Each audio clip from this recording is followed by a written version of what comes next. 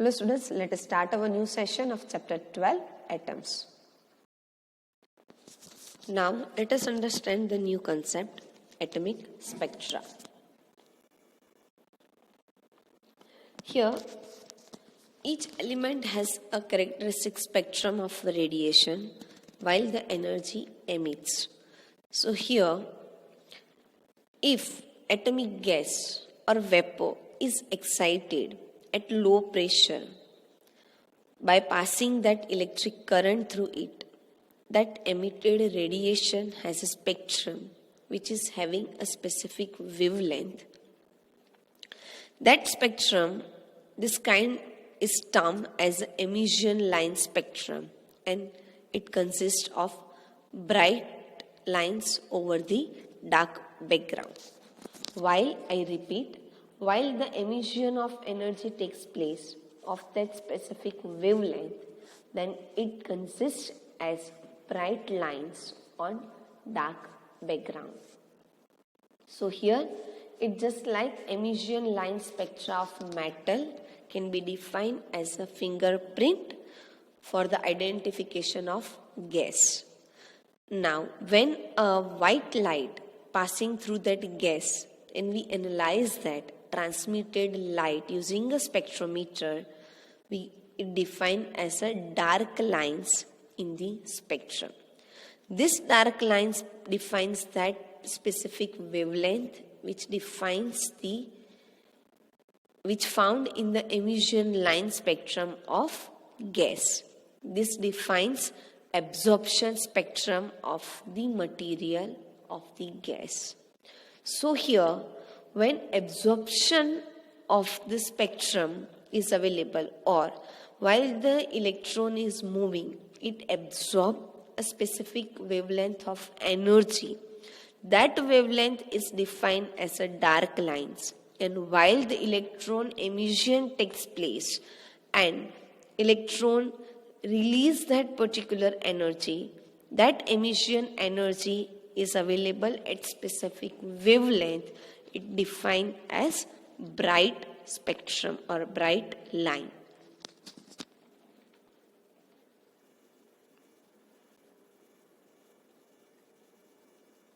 Here, let us see a spectral series.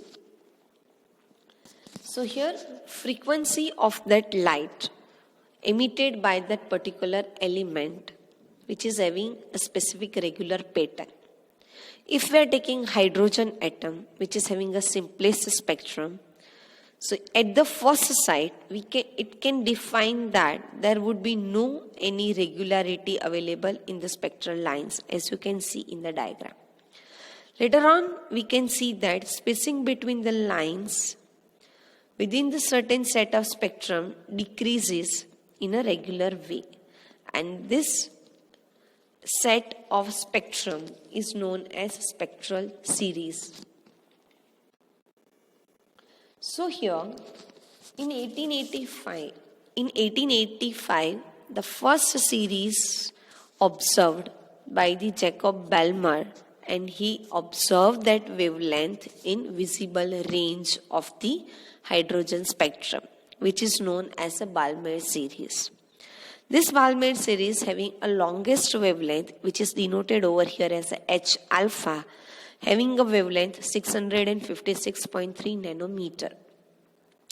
Then the next line of the wavelength for the blue-green line denoted as H beta, having a wavelength 486.1 nanometer. The third line, which is denoted as H gamma, having a wavelength 434.1 nanometer. So as the wavelength decreases, as you can see that now the line appears closer together and having a lesser brightness. It means it is now weaker in intensity. So here, this Balmer found that formula of the wavelength. He observed based on the empirical formula, which is available here as 1 upon lambda equal to R into 1 upon 2 square minus 1 upon n square. Lambda is the wavelength R, which is known as the Rydberg's constant, which is 1.097 into 10 raised to 7 per meter. N, which can be a different integral values in the range of 3, 4 or 5, which should be greater than 2. This equation gives you the Balmer formula, or it gives you the wavelength within the Balmer formula spectral series. So here in this equation, if we are taking n equal to 3, then we are getting a wavelength, as you can see in the analysis, that is lambda equal to 656.3 nanometer, which is the H alpha line. And now, if we are taking n equal to 4, then we are able to get wavelength value for the H beta. Likewise, if we are taking n equal to infinite, then the last wavelength which can be available by the Balmer series, that is 364.6 nanometer, which is the limit of that spectrum, which is for the visible spectrum. So we can say that this Balmer series equation is applicable only for visible spectrum range. Now, if this wavelength equation we can write in terms of frequency. So as you can see over here, C equals to V lambda. So 1 upon lambda equal to V by C. So we can rewrite the wavelength equation in terms of frequency V equal to RC into 1 upon 2 square minus 1 upon N square.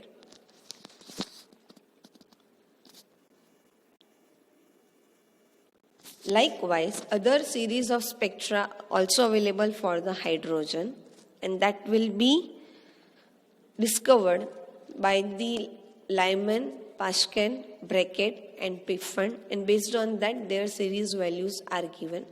Lyman series having that equation 1 upon lambda equal to R into 1 upon 1 square minus 1 upon N square. Paschen series is available, that is 1 upon lambda equal to R into 1 upon 3 square minus 1 upon N square.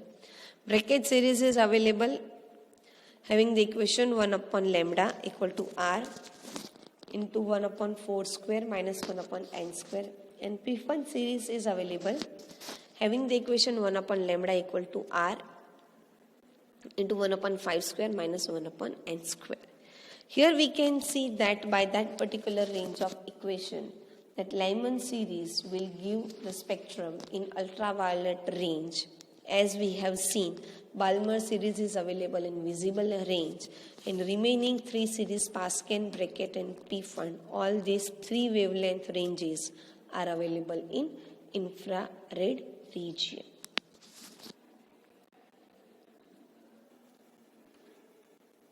Now let us understand the important fundamental, that is a Bohr model of the hydrogen atom. Here, as we have seen that electrons are moving in a circular path with constant acceleration based on the centripetal force. But as the charge carriers are accelerated, it emits the energy, it radiates the energy in form of electromagnetic wave. And this energy of the accelerating electron can be reduced continuously. So based on that, electron will take that spiral form to move in an inward direction, and eventually it fall into the nucleus. So here we can say that atom cannot be stable.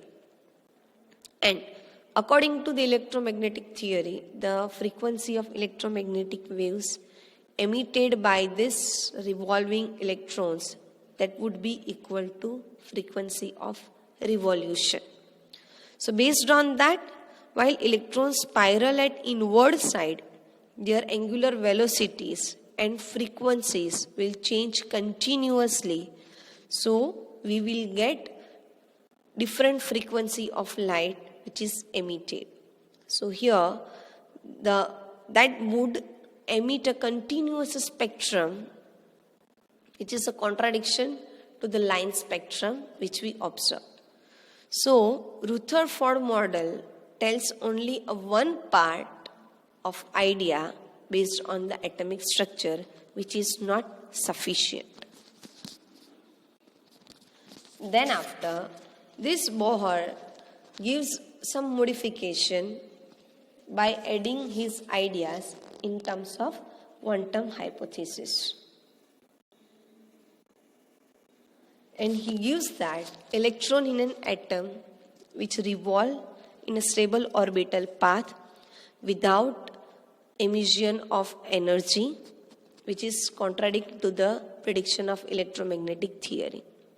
And each atom has a certain definite stable state within which it exists, and each possible state has definite energy, which is known as stationary states of atom. This electron revolves around the nucleus only in the orbital path, for which its angular momentum is some integral multiple of h by 2 pi. Here h is the Planck constant, 6.6 into 10 raised to minus 34 joule into second. So, angular momentum L of the orbiting electron is quantized, which is available L equal to nh upon 2 pi. So here, this electron might get a transition from one of its specific non-radiating orbit to another lower energy. When it does so, proton emitted having energy equal to the energy difference between the initial and final states. And this emitted photon having a frequency which is given by the energy hv, which is the difference of energy EI minus EF. Here EI is greater than EF. Here the angular momentum is given L equals to mv r. And angular momentum, as we have seen in Bohr's model, that angular momentum which is a quantized discrete value L, which is nh upon 2 pi. So we can say that it is in the integral multiple of h upon 2 pi. So here two values of angular momentum we are having. Let us equate it both the sides. So we can say that Ln equal to nh upon 2 pi, and that would be again equal to m into Vn into Rn, where Vn is the speed of electron moving in that particular nth orbit, and Rn is the radius of that nth orbit. We can substitute the value of n as 1, 2 and 3, which is called the principal quantum number of the orbit. From this equation, let us make subject of formula Vn and be able to get speed of electron moving in nth orbit. And based on that, earlier equation which we are having, Vn equal to E upon under root 4 epsilon 0 mRn, which is based on the forces equated from the electric force and a centripetal force. From that equation, we have received that particular equation of the velocity, and if we compare that velocity equation from the above velocity equation based on the angular momentum, so by equating that radius value, we are having Rn equal to 1 upon n into E square by 4 pi epsilon 0 into 1 upon h by 2 pi. And Rn, radius of the nth orbit, we are having n square by m into h by 2 pi whole square into 4 pi epsilon 0 by E square. Now in that equation, we can substitute the value of n and we will get the radius of that particular orbit. If we substitute n equal to 1, so that radius we are having R1 equal to h square epsilon 0 divided by pi m E square, which is called a Bohr radius, because as Bohr has represent hydrogen atomic structure in which one proton and one electron is there. So one electron moving in a particular orbital path in a single orbit whose radius can be defined as r1 equal to h square epsilon 0 by pi m e square, which is denoted as a0. So that would be a0 equal to h square epsilon 0 divided by pi m e square. Now as electron is moving, it is having the energy, and it's a total energy as we have already discussed based on potential energy plus kinetic energy. While the electron is in a stationary state, it is obtaining that hydrogen atom, obtain that value and substitute the value of radius in that energy equation, and we able to get energy equation is En equal to minus m e raised to 4 divided by 8 n square epsilon 0 square h square. Here m is mass of electron, E is 1.6 into 10 raised to minus 19 coulomb, epsilon 0 it's permittivity, and h is the Planck constant. Substitute all the constant values in that particular energy equation and be able to get E equal to minus 2.18 into 10 raised to minus 18 divided by n square joule. This energy equation we are having in joule. We can also convert that energy in terms of electrovolt by multiplying it with 1.6 into 10 raised to minus 19 joule, and energy value we are having En equal to minus 13.6 divided by n square electrovolt. Here the negative sign is defined, which gives the total energy of electron moving in orbit path that is bounded with the nucleus. So for that, energy is required to remove the electron from the hydrogen atom towards the infinity. So electron orbit is circular and orbit under the inverse square force law, as in general it would be elliptic.